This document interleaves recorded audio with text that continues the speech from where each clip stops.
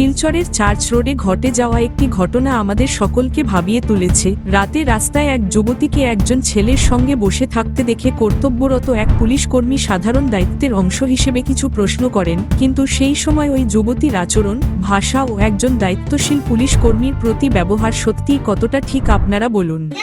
আমি শিলচরেরই হই, ও শিলচরে গাড়িতে তেল নাই, আমরা রাস্তায় গই আমগরে না কোনো খারাপ থিঙ্কিং এ ধরছে, আমরা কিস করতেছি না, আমরা হাগ করতেছি না, কিছু আমাদের গাড়িতে তেল নাই, আমরা কাউরে বলছি তেল আনতে, তাতে আমরা কি ভুল করতে পারি? তেল আনতে হ্যাঁ আমার রিলেভেটে তো আমরা তেল আনতে পারে।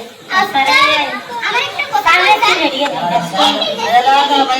আমি বলতে আফটার 21 years পরে আমরা অ্যাডাল্ট, আমরা কিছু বলতে পারি।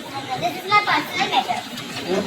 যাও তুমি অ্যাডাল্ট হওয়ার পরে পুলিশে গেলে তো আমি কাছে আছি না, আমি আমার আম্মু দেখাইও না।